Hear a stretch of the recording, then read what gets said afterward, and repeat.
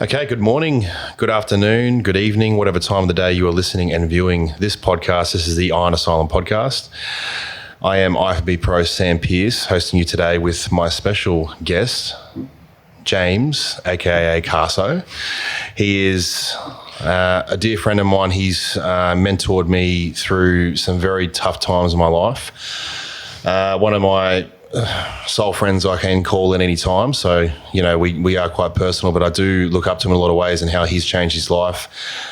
And not so much what he's done for my life, what he's done for everyone else around him. He has had some recent fame on Channel 7. That's where you might notice his face from on the SAS.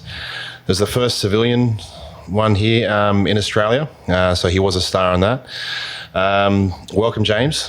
Thank you, Sammy. Mate, that was, I was getting close to tearing up, mate. That was such a beautiful introduction. I don't forget these things, man. As I said, you know, it's funny, you know, a lot of people in life, you know, you don't notice the small things, but it's always the small things that, you know, Carso's done for me. And yeah, look, you know, you do way more for other people than what you've done for me. You know, so give us some background about yourself. Where do you come from? Why did you get into it? And what are you doing with yourself today? What's your profession out there? Awesome, brother. Well, first of all, thank you so much for the opportunity to welcome me into this beautiful space. Myself now, the best way to describe what I do is probably a variety of different things, but the main thing that I do is holistic health and wellness, coaching, speaking, for a variety of individuals, for organisations, for a major health retreat here on the Gold Coast. I also do disability work at the same time, which sort of complements that. Where I'm from, I grew up in country Western Queensland outside a small town called Durrumbandy. It's about 600 people. Grew up on a farming station of about 45,000 acres of sheep, cattle, cotton, wheat, sorghum, all the rest. Grew up with, you know, motorbikes, dogs, guns, too much freedom. Blue collar worker. That's it, mate. Learned the value of a hard day's work very early on, and the value of hard yakka, honesty, mateship. Yep. Okay. Sweet. And what brought you into, you know, going from the blue collar life, outback cowboy, you know, tough as nails, right? Where you know what you're doing right now. I know the chats we've had. You're very vulnerable. Which to me takes a lot more balls to be, you know, and be, you know, vulnerable with yourself and upright with yourself, and, you know, willing to put yourself out there to other people to help others, you know. So how did you kind of make that transition? What happened there? So there was a series of pivotal points in my life that made me look inwards a lot more. There was a point where after school I got incredibly overweight. I said that I was dirty bulking, but it was pretty overweight. So I was about 138 to 140 at my peak. You know, I was on eating all sorts of food to bulk up and get big and feed that young guy ego. You're powerlifting back then, correct? Somewhat. I was in had no plan, anything, bro. I was just lifting weight for weight's sake. Then from there, I was alone and lonely for a period of time. After school, I was a bit lost. I was partying. I didn't know what I was doing. I was studying fitness. I wasn't going to class. I was lying. I was doing all sorts of different things. I was off track. Then, being alone for so long, the one and only girl in a very long time took an interest in me while I was sort of half studying. That led to a breakup. That led to me becoming, okay, I'm just going to lose all the weight and become healthy, fit, and attractive, because I didn't feel good enough at that point. You did a good job of that. Oh, thank you, mate. Still a work in progress. That point led things to a whole new level, brother, where I took performance-enhancing drugs at that time. Didn't know what I was doing. Didn't know how to do it. Just knew that I just wanted to get bigger and stronger and more muscular. Had adverse reaction to that where I got gynecomastia. From that, went through that whole journey of ignoring it, not knowing if it was cancer. Just for the viewers and listeners, gyno was also known as bitch tits. Yep. Continue on. Straight up. Thanks, mate. Thank you for that clarification, mate. Which is terribly uncomfortable. So to describe it, it was like having large grapes, like just under my nipples. That was painful. They're foreign. And so I sat with it for 2 or so years until I couldn't handle it anymore. Had a referral letter from my GP, went to the only breast surgeon in Brisbane, did an experimental surgery on me to get rid of it. Got rid of it. Through that journey of recovery was about 16 weeks and was the longest, darkest time of my life to this date, where it got to a point where I had this realization where I was like, if I can't work on myself physically, I'll work on myself mentally. So I got into meditation, journaling, and this was so new and so foreign to me, and I was so resistant to it. Just did it a little bit, it helped a little bit, and then it started to help a lot, and then embodied it ever since then, and just been on a lifelong journey of just always trying to be better than I was the day before. Beautiful, man. It's really cool. Thank you, mate. So how did you start helping others? You know, you at the end of the day, you know, you've done what we all should do, is help ourselves before we can help others. But when did you kind of look at yourself and say, hold up, I can help people with what I'm doing right now? This is the medicine. It's a great question, mate. And I think it all started beginning of 2019. It was actually Are You OK Day, I'm pretty sure, in 2018. And I was talking to some people about mental health and what's going on. And I was talking about these things that helped me. I was like, you know, have you tried meditation? Have you tried journaling? Have you tried all these different things? And most of these blokes were like, never heard of it. No, I would never do that. And I was like, oh, that's interesting. So then I started just like posting videos on Facebook where I was like, hey, here's this information on meditation. Here's this information on journaling, on gratitude, on forgiveness, on learning, self-education to make yourself better. Started pumping this information out. People kind of liked it. I was like, you know what? I really want to help coach people to do this. This is what I did. I didn't really know what I was doing. I just knew I had the intention of helping people with the tools that help me. Yep. And so I hosted my first workshop. I didn't know what I was doing. I was like, I'm just going to run a nature hike workshop, bring a bunch of people out, feed them some healthy food, talk about all this good stuff. Yeah. And just run with it. And it's evolved from there, mate, where I've just worked with different people from all over the world, luckily, and run workshops and wellbeings with different organizations across Australia. So why is it, just something on the off topic, when I speak to people that are successful in your game, you never call yourself a life coach. Why is it? Why is that? I don't know. I suppose a lot of what I do, Is the name too broad? I think, I don't know if it's this resistance of like, there's this probably just an old thought pattern of like, if you're a life coach, you're this person who's got life figured out, which I don't think anyone does. No one's got life figured out. No, exactly. So I just go health and well-being, and the life coach stuff comes in and out every now and then. So what was it like being on SAS? It was many different words. One of them was like somewhat traumatic, intense, but also incredible. And I made lifelong friends out of that show. How do you relate that? You told me you did a retreat not too long ago where you went up to, I believe it was Sunshine Coast. Yep. Explain that retreat for me, the mental and spiritual side of things, on how tough it was, the difference between the SASL week. So it was October 2020. I went up to Pomona on the Sunshine Coast, and I applied for a 7-day Vipassana silent retreat where it's 10 days long. You're in an isolated, beautiful location in the middle of nowhere. You're not to speak to anyone, look at anyone, write anything down, do any other different modalities, but meditate for 8 to 10 hours a day.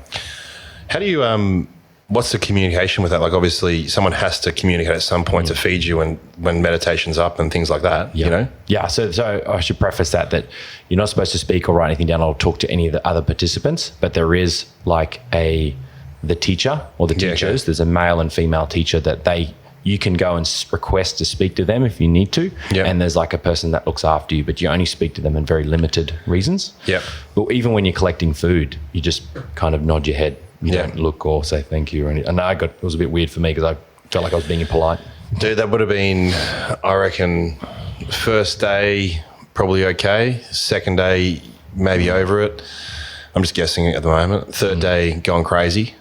Am I on the right track here or what? You are, mate. Yeah. Like, there were days where I wanted to quit, and it's not at all laboriously hard. Like, it was just, you kind of felt like you're in a very low security prison because you were honored to be there because so many people apply. Oh, do they? Okay. Yeah. You don't have to pay. It's a charity. So you donate what you think it's worth to you, because they don't want anyone having sort of, well, I paid this amount, I should get this result. You can go there, you're fed by charity, you're dressed like a monk somewhat. And day 4, I wanted to quit. Day 6, I wanted to quit. And day 8, I wanted to quit. I wanted to just pull out, say, not the right time. But this monkey mind thing was just chatting away, saying, you've got other things to do. Well, you weren't allowed to communicate to tell anyone that you wanted to quit anyway. So. No, you couldn't hash out your feelings, mate. You just had to bottle it up. So what was the biggest thing you took from that, as far as, because we're talking about bottling up right now, I think when I say bottling it up, although a lot of things are bottled up that you can't communicate, it's one of those things you have to deal with it mentally inside. That's right. The only problem is, though, when I look at they were asked that, is that our mind tends to feed so much towards negativity.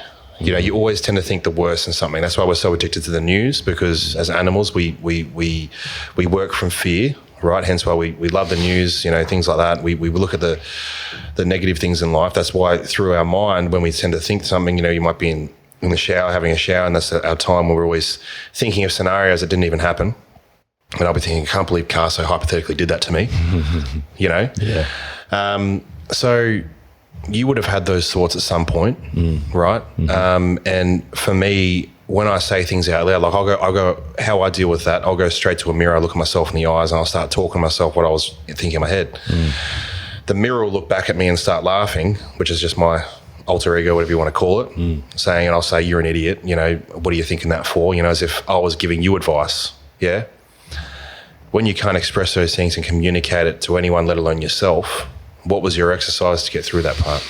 It's a great question, mate. I think it was just, can I swear on here? Of course you can. Basically, the big lesson out of Vipassana was sit in your own discomfort and just work through it. I know it doesn't really give a direct answer, but there were so many times I was sitting there in frustration. I didn't know how I was feeling. I didn't want to be there at that time. And I was just sit in it, just embrace it. Everything is temporary. It'll come, it'll go. So it was really just sit in it and feel it. You can't quite put your finger on it sometimes, but through just allowing it to happen and move through that, you somehow are just able to find relief at some point. Then it would come back, and then I'd sit in the shit again. Then it would come back, then I'd sit in the shit again, and then eventually it was over. Did anyone else quit? Yes. How many? There was 10 of us, 10 males and 10 females.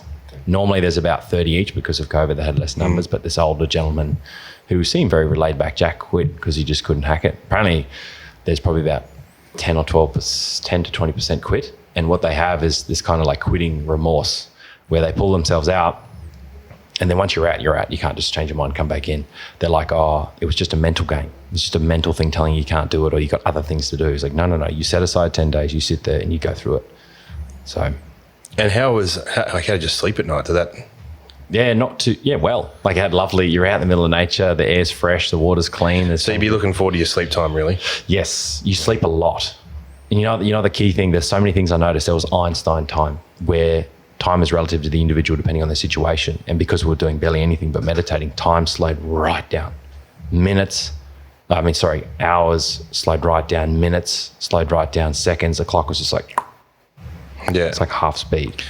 So, and because you're not taking stimulation in, your kind of body had time to rest. I was like falling asleep all the time. It was a very interesting thing to experience. So mentally you're fried. Yeah. Coming out of that and then coming back into real life, you're like, holy shit, this is full on. Integration was. So let's go to the other end of the spectrum. Hell Week. Yes, sir. Talk about it. So I don't even know where to begin. So 14 Australians, 8 men, 6 women.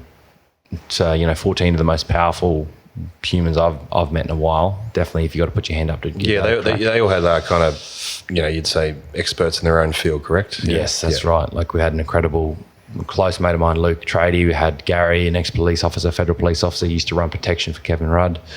We had James, who's a dancer over in Paris, Sarah, who's a men's dating coach. We had Beck, who ran 7 marathons in 7 continents in 7 days or something incredible like that. High caliber people. Yeah. So we all went in there thinking we'll give this a go, and we had no idea how heavy it was going to be. But the way that they spoke to us, and the operations that we went through, you couldn't prepare yourself for it. You could try and you can do your research, but until you're in it, you cannot even put it into words. So the wake-up call, I look at that because I follow a lot of it. There's no entitlement. There's no one feeling sorry for you. And unfortunately, life, what people these days don't understand is that when life hits you, you don't just get hit and you fall down, it kicks you while you're down, And whenever I'm reading at the moment Ultimate Accountability by Jocko Willink. Extreme Ownership? Extreme Ownership. Yep. Extreme Ownership, sorry, that's the one. And I'm only up to the third chapter, I think. And you look at that and the mental side of things, the accountability you have to kind of have with it and understand that, you don't, just because you feel like you deserve something or whatever it is, it doesn't matter, is that the key thing? You got it from yourself. Like, there's obviously a lot of hard work and stuff put into it. But at the end of the day, when there's a job that needs to be done and there's requirements to be met, it doesn't matter how you're feeling or whatever it is. There's no excuses as such. You have to get in there and do the work. That's right. Well, the philosophy of extreme ownership, you take ownership of absolutely everything you do, every aspect of your life, every relationship, work, personal, family, everything. Even if something is blatantly someone else's fault, you just take ownership of that, because that is the best and worst news for some people. I saw a psychologist once, because I do, I still see a regular psych now just for my own, performance and things like that. Stuff. I saw a psych once, and the psych said to me, I was telling him about a few things, and the psych actually came back to me and said, look, sometimes, Sam, it's not always your fault. And I walked away from that consult, if that's what you call it. Is it consult? Yeah. Session? Essentially. Session? Yeah, session, consult. It's just, I could never agree with it. For some reason, I've always been someone that I have to take accountability. Like, if you've got staff working for you and they fuck up, that's your fault. You hire the staff. If you're with a partner that, goes out and does the dirty on you, whatever it is, and you were told beforehand, well, that's your fault for going and taking that risk. You go into business with someone who's fucked over people in the past, that's your own fault for trusting that person. So it can always come back to you. I've never understood how she kind of came back to me and said, sometimes it can be other people's fault. Like, is there anything you relate to with it when I say that? It does, because I think that maybe it's true in a way for some people, but I think if you have that attitude of just owning everything, that gives you more freedom. There are things that people do wrong for you as well, but as soon as you blame, you victimize, you lose control, right? But as soon as you just take ownership of everything, you're like, right, I was the stuff up, staff did this, I didn't train them well enough. This happened, this relationship, I didn't communicate enough, I didn't put this forward enough. And I've had stuff ups like this where I went to blame or whatever, or accuse the other situation of doing wrong. But I was like, no, think about what you had to do with it. Yep. Because you only have control of what you do. You don't have control of anyone else. As soon as you take ownership of that, you learn, and then you move forward. So it does resonate. It makes it very hard to hold on to things, doesn't it, when you take ownership for yourself? It does. I say it's the best and worst news for some people. All right. So then in your position, you would deal somewhat, okay, you've just gone from the Hell Week, which is I'd imagine a lot of team building as well, and leadership. Yeah. And then I see you work with, you're in the corporate world, you work in the health sector, and you're training teams. You would see a lot of victim mentality, things that aren't people's fault and things like that, so where you kind of step in. How do you deal with those things? How do you point them out? Do you pull them aside? What do you do? It's a good question. So there's on the occasion where I have a conversation with someone, say a client, for example, and they complain about something at work, I'll let them go through it and express those feelings and show up and be there for them at that point.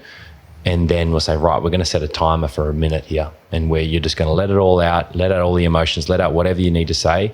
Once that minute is up, we move forward. We don't necessarily have to find a solution, but we just take ownership for it is what it is, and we move forward. There's no point just going back and forth, going over and over the same thing. And whenever I see a pattern with a client with that, I'll just pull them up. I say, I do this with love, but you're going over and over the same pattern on the same situation. We move forward now. You take ownership of that, you let it go, forgive, whatever, we move forward. You're so much nicer at giving tough love than me. I do it gently, so you don't hurt anyone's feelings. So what's your main source of clientele then? You have people all across the board coming to you. If you're working from, as I said, through the health sector and things like that as well, you probably surprise yourself with the people that are coming to you now. Mate, it was, I when I started coaching, I niched down to healthcare workers, and now it's just so interesting how it evolves, the people you bring in. I've brought in blokes who were just like me, my age, and I've brought in a lot of mothers as well, some dads, but mostly like mothers, and some mostly single mothers and young blokes, some young girls, but mostly just those two demographics that just come in that regard. The corporate world, I've only just recently started working with Virgin Australia, which is very cool. Worked with Eden Health Retreat here on the Gold Coast. I speak there every week. They're the longest running health retreat in Australia. Incredible group. It's just interesting how it's all sort of evolving. Like if I said the main source of income that I'll be getting, it's all over the place. It's coaching. There's also acting. There's also disability work. There's also an online health and fitness platform now, partner owner on. There's all sorts of different stuff going on. Yeah. So, I mean, if I was going to invite you down for one of these talks or as a special guest, what's the main thing you try and approach everyone with? Main thing was really practical steps and tools to support their own health and well-being and being more of themselves. So is that a generalization from as far as nutrition, mindset, exercise? You know, because I see you, you're very grounded to the earth, even when I used to see you training in the gym, you're doing very functional based things. And I see you now down at the beach doing your beach workouts. And I'm like, man, I'd pass out doing that. I need some floaties when I jump in the water so you wouldn't have to come save me, You tend to think of things outside the box is what I'm trying to say, and that's what I like about how you kind of approach things. So when you have maybe a single client or maybe a group, whatever it is, how do you approach them as far as, how you set out your programs, et cetera, because it sounds like as a holistic coach, you have a kind of balance sheet in front of someone where you want to use this much exercise, give them help with their mindset, their spirituality, and their fitness. Yeah. Yeah, you structure those things. Yeah, that's a great question, mate. So I've got a general skeleton framework that I'd work with someone, then depending on where they're at in life, like if they've got their nutrition and exercise dialed, we'll go straight into purpose and their spirituality nothing with any religious undertone, but just really connecting to what's important to them. But if they have that nutrition's all over the shop, the exercise all over the shop, we'll get that dialed in as well. But is that the easiest thing to get started with first? Yeah, that's the simple sort of stuff. It's the simple stuff of getting that together and then just getting them to stick to it, as I'm sure you'd know. And that would create some momentum to move into the other things, correct? That's right. Yeah, that's right. Because then we work into, like I ask the deep questions, like straight away we work into values. Like what are your values? Like what is your purpose? Like what do you love to do? Like I know if you don't absolutely love your work, and you have to do it, what are the things outside of work that you love to do? Do you love to draw? Do you love to paint? Do you love to play guitar? Like what are these kinds of things that you love to do and how can we do more of that? Because that's what makes you happy. Yeah. Okay. And so moving into the spiritual side of things, how does loving what I want to do cross over into the spiritual side? I think it's just loving what you do. Spirituality can be defined many different ways, I suppose. So loving what you do means you're more aligned to your soul and your purpose. So when we speak about soul, we speak about spirit. So when you're loving what you do, you are in alignment with your life's journey, I would say. If your alignment is to be a full-time mum, if your alignment is to be a carpenter, if your alignment to be an incredible coach, a father, then you're in alignment with your spirituality in whatever form that is. So some people think spirituality is just like Christianity, Buddhism, whatever it is, but it's really, I define it as just being your ultimate soul self. What's Carso's 3 values then? Oh, great question, mate. I've got more around 10 specifically, but the 3 ones that come to mind is about freedom, health, and creativity. The ones that come to mind straight away. Freedom, health, and creativity. Okay. My values, if you were to ask me, because it's a broad question. I got asked on this a couple of podcasts ago what my values were, and from memory I said my daughter, my family, and myself. I love that. Right? It was hard for me to kind of answer that question at first, because when you ask what someone's values are, I'm thinking, is it like, people would sometimes we sit back and go, is that a trick question? Like what define what a value is to someone, you know what I mean? Can you explain your types of values versus mine? Like, is there a right and wrong? Is there something someone should be looking for when they're trying to look for their values? Because as we know, or as I know myself, as much as we think we got it all together, we don't, and we don't want to feel lost in our own purpose and values.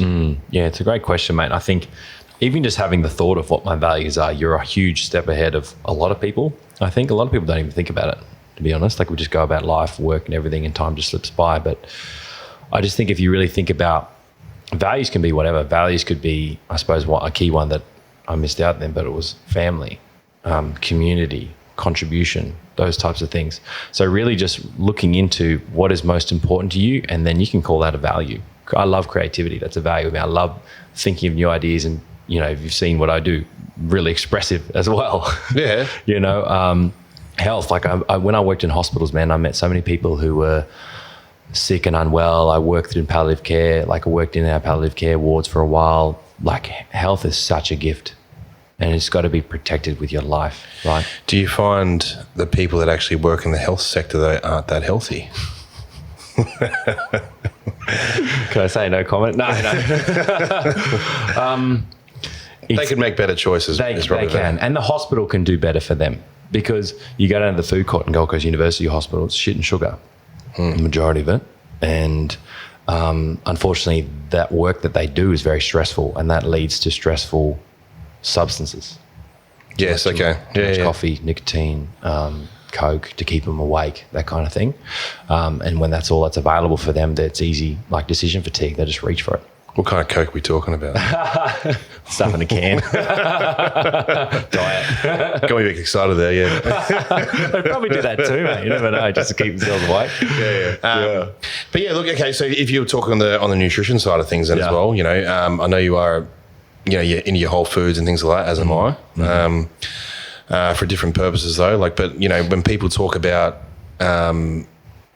from a health standpoint, you know, losing weight and things like that, calories in versus calories out, et cetera, I just always think my body has worked well and felt better, digested better, energy wise, thinking wise, when I'm eating whole foods. This is where your kind of specialty kind of comes in, because I know you are a big believer on eating different types of foods and how they kind of react well with the body, etc. I mean, even you got your secret juice here today. I believe it's apple cider vinegar and beetroot powder, you said? Yes. Yeah. That's right. Benefits in that for the viewers? Yes. So apple cider vinegar, like I had a big lunch today, helps with, you know, digestive enzymes. Yeah. Key thing. Beautiful antioxidants in beetroot as well. If you can't have beetroot itself, the extract. Normally I don't have the extract. I would normally have a beetroot, but I'm trialing an extract right now. Yeah. So talk to us about it, you know, when your belief in foods. Because every time we go for something to eat, you always pick somewhere really nice for me. So you know? You, mate. But I'm more impressed with the types of choices. As I said, it's not just nice food, it's also very wholesome and delicious, yeah? So I would imagine you would push that towards your clients. Absolutely. What's your theory behind that? Yes, mate. So when I was at school, I was big on supplements, and I got sold it big time. Like, I was following like Ronnie Coleman and the like, and got every single BSN supplement, the red brand under the sun. I was sponsored by BSN at one stage. Oh, were you? I was, yeah. Get out of town. What was that like?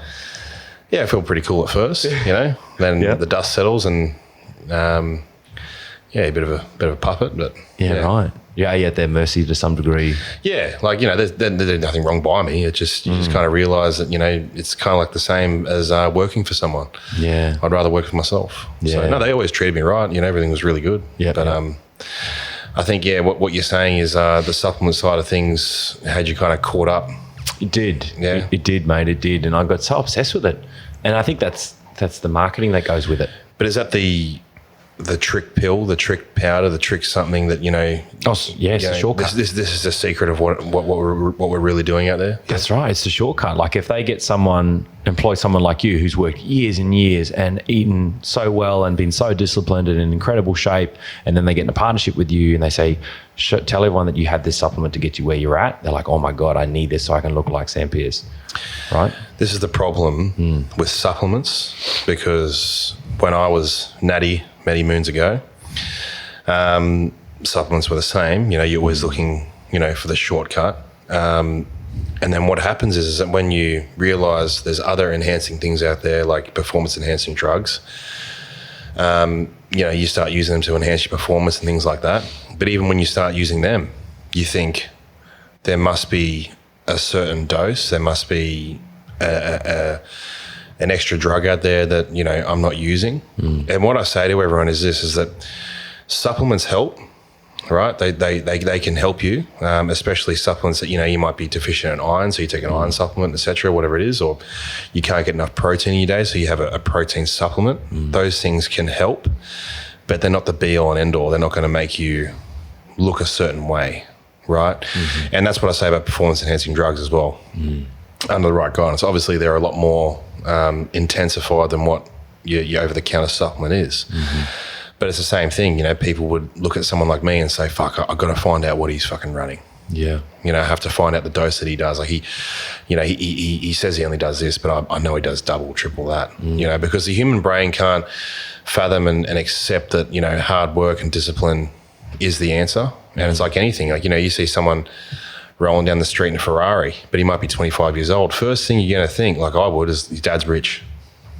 Yeah. He might have been hustling hard and had this great idea at 15, then it's blown up for the last 10 years, which happens these days with social media. But the first thought we always think is, it helps us reason with ourselves better when we can have that answer to say, no, they're not better than me at something. They got lucky, and then which comes back to that kind of that sense of entitlement, which is something you've obviously picked up early in life because you realize working with supplements didn't come out and give you the secret sauce that you wanted to get, That's right. So when did you kind of make that decision? Because obviously you went down the performance enhancing drug stage as well. Yeah. I did. Yeah. So I took the supplements first, took them, and then took a whole heap of them and then backed them off because it was so expensive. And I was like, I feel no different. I'm just going to stop. I'm just going to keep not using them. Yeah. And then went on the performance enhancing drugs, and yes, they definitely made a big difference, but I didn't use them correctly and then had that adverse reaction. Then I rather than go down that path again, I'm just going to go all natural. Yeah. So from there, I just did more research into, my body does it digest better when I just have a steak as opposed to a protein shake where I'm just farting all day and just feel like shit. Yeah. And then I am just like eating from the earth, eating from how our ancestors used to eat, eating stuff that you can harvest and create yourself. Do you have a certain direction with your diet, as far as paleo, vegetarian, there's different categories out there and things like that. Is there a certain name for the foods that you try to aim for? That's a good question, mate. So I've tried many different diets. Like I've done vegan, carnivore, keto, just all sorts of different things. For me, I've found what works really well for my body and my diet. Some people would look at it and see it as quite boring, but it's really just a very simple paleo. Yep. Really. Very simple paleo, just good old-fashioned proteins, just with a little bit of potato, just some greens here and there to balance things out, but that's really it. Nothing fancy. And It works really well for me, and I've never been fitter and leaner in my whole life. Yeah, well, dude, you've got a great body, I would hope that when I finish all my things one day and I become more smaller and athletic, that's the physique I want. Yep. But that also crosses over into your training. To have the physique you have, you don't have to come into the gym and lift big weights and train the way you train. You do a lot of outdoor work, a lot of cardio based work. So do you just think of something on the spot and off you go? I mean, you got a fair knowledge, but do you ever have structured programs that you try to follow or anything? Never followed a program, and I probably set foot in a gym probably 1 to 2 times a week to just do the heavy compound stuff when I feel like it. Yeah. Often I'll go down to the beach, throw some rocks around, throw some logs around, do some sprints, do some push-ups, do some burpees, use the playground do some chin-ups, stuff like that. And that has worked so well. Get some elastic bands. Because I think, and I'm sure you resonate with this, mate, when lockdown, when we couldn't go to gyms, we got very resourceful. And then I got very attached to that. I was like, I'm just going to keep this up. I don't really need a gym or anything like that. So I really just make it up. And I've loved training. Like sometimes when I go into a gym, the one that I go to, it's a nice gym, but it's just got that grind. It's got a bit of ego in there. It's got a bit of intense testosterone. You're just like, I just kind of want to grind it out amongst nature where there's birds and there's the ocean. It's lovely. Yeah. You know what I mean? How did you make that hard decision? I'm going to take a stab here and assume this, but you're a very colourful dude. You're spiritual now, which is very foreign to some people, and it'll be very foreign to the blue collar worker where you're from. How did you approach your family and tell them, I'd imagine they would have wanted you to follow in their footsteps through the family business and farming and things like that. And, being a man, doing that kind of, following the manly duties of being a farmer and blokey bloke type shit. So, you would have had that realization, said, I'm going to step up and do what I want to do. Was it hard telling your family? Did they accept it? When did you come to that realization, what you wanted to do? Yeah, great question. So family would never always just wanted us to be happy. They never said you have to do farming. They never said you have to do this. You never have to do that. I think when it got to the point where I said to them, I'm going to leave my secure full-time job and go and start a career in coaching. Oh, how are you going to do that? I'm not quite sure yet, but I just know I just really want to do it. That really freaked them out because they're all about security, secure job, get a salary. They talk you out of it? They weren't overly supportive at that time. Now they celebrate it big time. And I don't hold anything against them for that because for anyone, it seemed like a bit of a risk. Dude, they're looking out for your best interest. They don't want to see you fail. They want to see their kid in safety. It doesn't mean they don't believe in you. They just don't want to deal with the heartache if you fail. So I understand that. It was the same thing with me. Yeah, me too. It was. I knew that farmers are risk averse. Like it is a risky business that they're in. They take enough risk as it is. So if everything's sweet and secure, they're like, why change it? Why do something else? Why do something you don't really know what to do? I'm like, because I really want to. Yeah. So you doing that, obviously, you'd have to be content within yourself. Talk to me about your alone time, because I'd imagine someone like you would enjoy your alone time because you would have to spend a lot of alone time to get so in touch with yourself, especially with the retreat you did up the Sunshine Coast and et cetera, et cetera.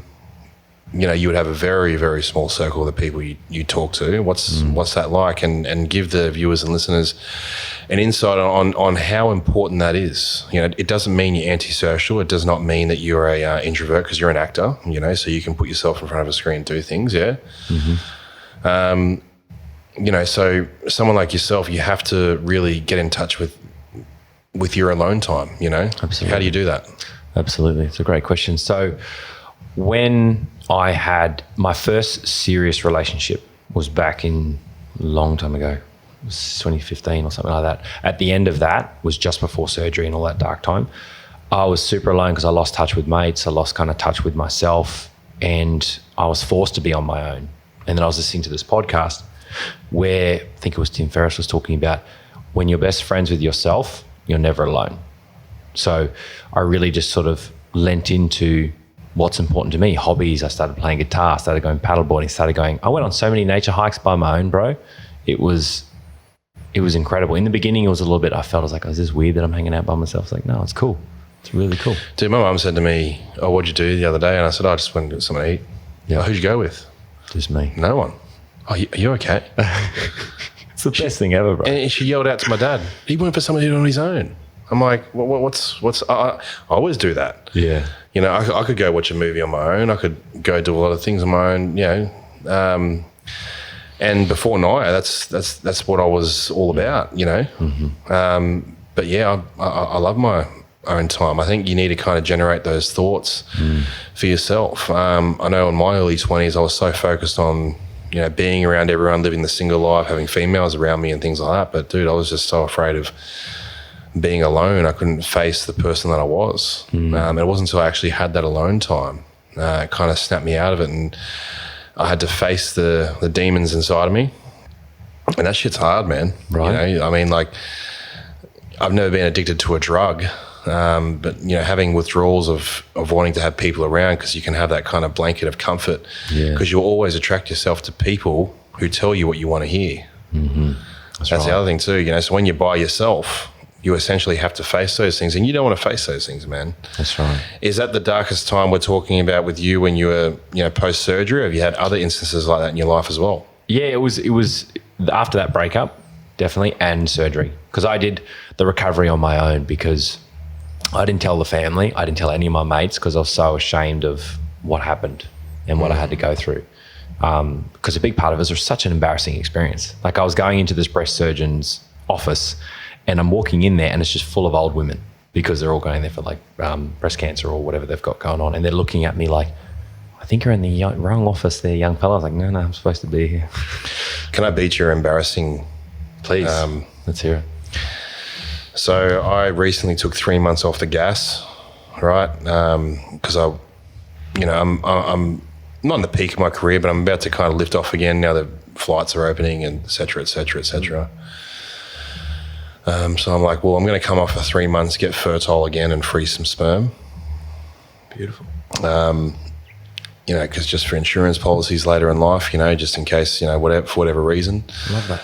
And Yeah, dude, that was an experience. They put you in like a little room. You come in and like everyone's kind of sitting down. You're in there for the same thing. You know what I mean? So it is awkward. Mm-hmm. And they go sit me in this little like cupboard. There's a little like you walk in. They go, oh yeah, come in here. This is where you're going to go. You're going to sit on this recliner. There's like a puppy pad piss thing on the recliner, and you're like, all right. And they just slide this flimsy door across. Like you can lock it, but like if you just pulled it open, you could pull it open. We'll just be out here. Just come out when you're done and write your time on it. And you're like, there's like no privacy.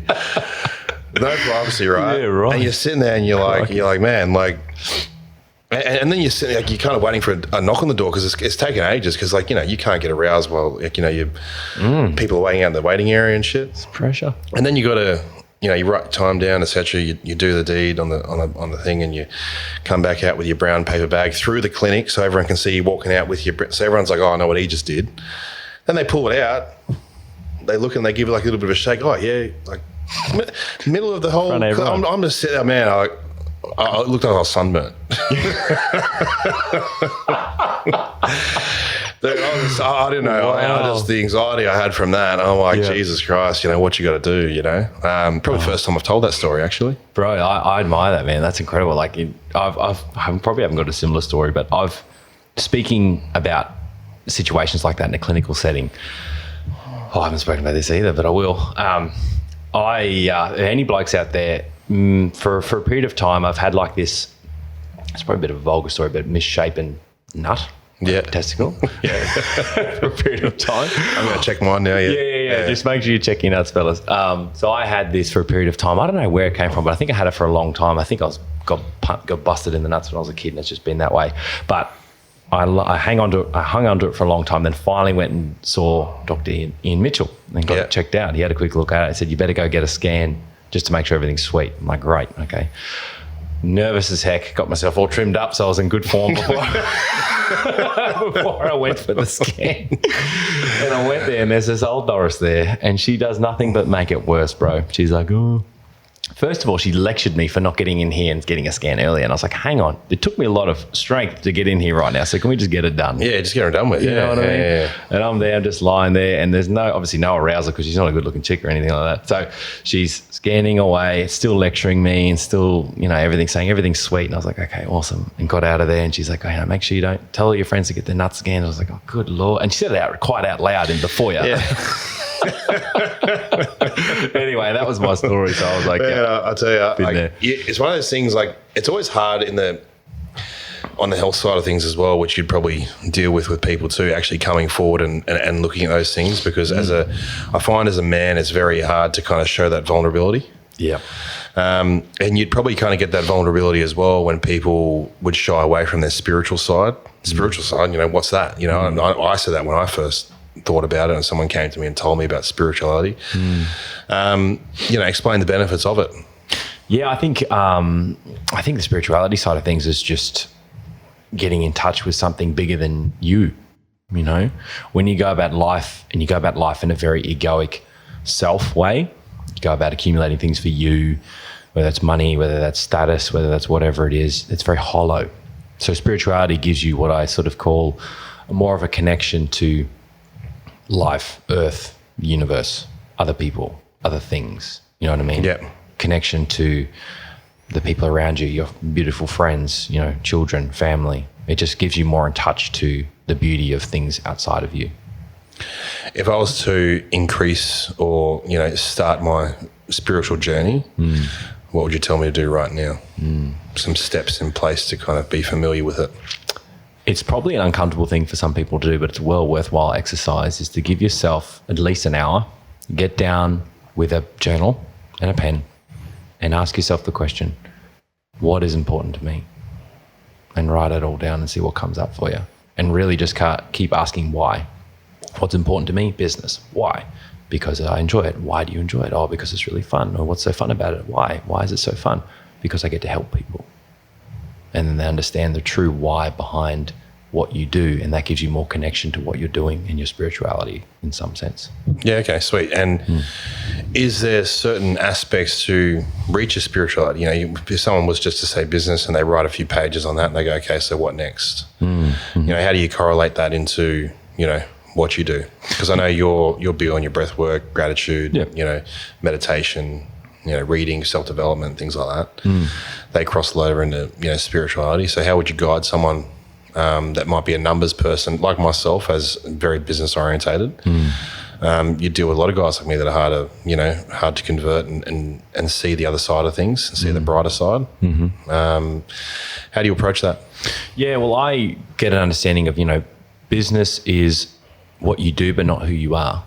You know, if someone got made redundant tomorrow, then they're no longer what they identify themselves with. So finding something that you're more connected with spiritually outside of what you do is the key to like more joy in life. Does that make sense? So say they say business, they get everything down business. So great. That aside, business is, let's say 12 hours of your day. If you're a busy person, maybe more. What are the rest of those time? What does the rest of that time look like? Are you with your partner? Are you with your child, dog? Like, what's so beautiful and what do you love about that? On the weekends, what do you do? You like go fishing with your mates? Like, what do you love about that? Do you love that community aspect, that connection, that learning more about you, that collaboration? Like, there is so much more. Like, work is so important. It's like a big chunk of our life, but there's another big chunk that we need to be aware of and be more connected with. Spirituality grounds you, yeah?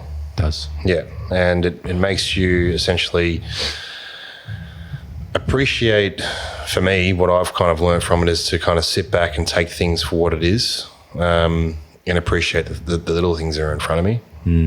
And dude, I used to say that saying for years anyway, until I actually got connected more, I won't say connected, more connected spiritually, and then I could see how much appreciation would go into the small things that are in front of me, you know, how quickly time goes. Yes. And being grateful for so many more things, you know. What's next for Carso? What's his next move? Next year is going to be the biggest year yet, for sure. I'm not 100% on what that will look like. That's basically kind of how I felt when I first started. Yeah. But the next thing for me, mate, is to really be more myself, be more out there, because I think, and maybe you'd resonate with this, the more personal development that we do, the more we become more of ourselves, the more we can be more free and more comfortable with who we are. So I don't know if that makes sense, but I love doing these acting and the reels and things that you see that I do. Like, and I want to do more of that. And I've seen how much I do my spiritual work, how much my ability to do it gets better because I get less shy. I've always wanted to act and perform, and I really pacified that as a kid. I want to do more of that, more coaching, more speaking, more traveling, more just leaning into the unknown and creating abundance. Yeah, so you look right ahead, you know, and that's what I mean. Like, you know, the spiritual side of things has to keep you grounded to make sure that you don't look too far ahead, yeah? Oh, yeah, always. You know, is that ever a weakness for someone like you? It's a weakness for me, you know, like I ask what's next for you, and you can list out all these things. But sometimes I know for me, I get so caught up on trying to complete these goals and, you know, doing these small tasks to create momentum to hit these goals, et cetera, that, yeah, sometimes I've missed things in my past that are sitting right in front of me, you know. How does someone cope and deal with that? And how do they know not to fuck that up the following time? Yeah, it's a great question, mate. I think reflection is really key with that. So that would come with a daily journaling practice or a meditative practice. And my ask, like, you know, for myself, I like to meditate in the morning, do my breath work, gratitude. Beautiful. And reading. You know, I like to do that in the first part of my day. Would you suggest the journal as the reflective part of at the end of the day? End of the day. Well, yeah, whatever works best for you, mate. But I normally do it at the end of the day so you can reflect and review the day that was. I find if I did a journal at the start of the day, it'd be like me writing out my tasks that I do. Like it'll turn into more like, I've got to do this today. That's a future plan. Yeah. Yeah, it's a future plan. So it defeats the purpose. Yeah. But that's a weakness of mine. I'm sure it's a weakness for other people too. Yeah. I've looked back at so many things in my life that, as I said, I don't regret because I had to realize those things. But yeah, there's a lot of family things I missed out on because I've been so focused on the future. And my biggest thing that I'm probably scared of at the moment is just to make sure I don't ever continue that. You know, Naya's almost 2 years old. Time flies, dude. She's 2 in January, man. Good Lord. You know, so yeah, it all happens so bloody quick. You know, I want to make sure that everything I do now, even though I'm always looking for progression, that I can sit down and actually understand what's actually happening in front of me. But I'll take you up on that with a journal. Yeah. What is the benefits of a journal, and how long should the journal be? You know, what is for me actually? I want to know. No, of course, mate. No, it's evolved over time a lot for me. Journaling was one of the first things that I incorporated when I was having that healing time, and I just started journaling out my thoughts and how I felt and everything like that. It's really interesting to read back and reflect, but at the end of the day, I asked myself 4 questions. And I'm not sure if I've ever shared these with you before, but first question I asked myself at the end of the day is, what good did I do today? What good deed, what way did I make the world a bit better? What random act of kindness did I do? That gives you an attitude of just serving others each day. And then looking back on the day, I was like, okay, did I do anything? Even if it's big or small, you just have a think about it. Like, I picked up some rubbish at the beach, or I compliment, or I was super polite to the cashier at the shops, something like that. And your approach on that is you did something better today than what you did the day before. That's yeah, right. you're always contributing like a savings account. If you put 5 cents in, it's still 5 cents more than yesterday. 100%. Everything. It doesn't have to be heroic. And it's just looking back and making the world a little bit better than it was the day before. Okay, next thing. Next thing was, what did I learn today? So we spend, yourself, always in personal growth, always listening to books, ways of improving ourselves. It's one thing to learn, it's another thing to truly implement. And one way to really implement things is to reiterate what you learn. So reflect on what you learned from that day. Mm-hmm. So if you were listening to a book, say Jocko Willink's book, for instance, you reflect on the benefits of ownership. And you write down on benefits. I'm listening to numerous times Think and Grow Rich by Napoleon Hill. I've actually got a gold card in my pocket, but just learning about the benefits of gold cards, I'd write that down. Or actually, you could also look at it on a personal level. And when I was in a relationship and that ended August this year, every now and then towards the end, triggers would come up, and I'd write down those triggers. Was triggered by XYZ, was triggered by being spoken this way. So you can have a self-reflection into yourself that you learnt about you. That make sense? Yep. The next one is, what was amazing about today, which is a form of gratitude. And today I'll write this interview, mate. This is incredible. I'd write down what's something amazing about today. I'd be like, interview with Sam Pearce, connecting during this time. Yep. The last one, what am I most excited about tomorrow? And then fill in the blank. And that just gets you in a beautiful, excited mindset for the next day. Yeah, okay. I'm going to write these when we finish up. I'll send them to you, mate. Yeah, so I'm 100% going to go with it. Good, bro. Yeah, look, dude, as I said, I know you're a busy person. I appreciate you coming up. As I said, I think a lot of people seek a lot of value from hearing you today, but I really want them to get in touch with you and, get more of your knowledge and guidance like I have. How do the viewers and listeners contact you? Oh, however they like. I'm an open book. They can reach out via jamescarson.com.au or on Instagram, James_. Apologies. James _4 times Carson. We're connected on IG. I'm sure they'd find me somewhere. Yeah. As I said, I can't preach enough what you're doing, man. You too, mate. I love seeing how you're changing people's lives. I'm glad I've been able to be a part of it myself and help me in my very hard times. Even recently, I've had very hard times recently that I've bounced back out of. So James is the person to talk to, aka Carso. And yeah, of course, guys, you got any questions or anything like that, please follow me up on that. You know where to find Carso. And until next time, we're out. Beautiful. Thank you. Thanks, mate.